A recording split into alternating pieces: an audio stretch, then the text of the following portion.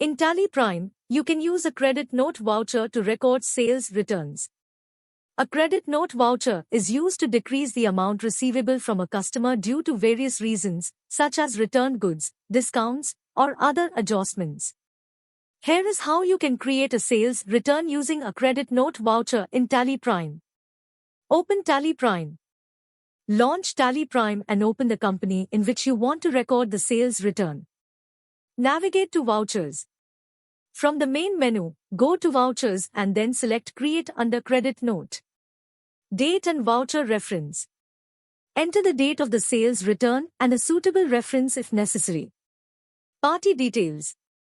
Times in the Party AC Name field, select the customer for whom you are processing the sales return. Times in the Credit field, enter the total amount of the sales return. Sales Return Details.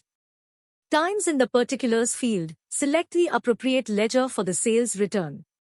This is usually an income account related to sales returns. Times enter the amount of the sales return in the Amount field. Add return entries. Times press Ctrl+N or click on Add to start adding the return entries. Times in Billwise Details, you will see columns like reference, due date, original amount, etc. Times enter the reference details for the original sales transaction, like invoice number and date. Times enter the amount being returned in the original amount column. Times you can add multiple entries if there are multiple invoices for which returns are being processed.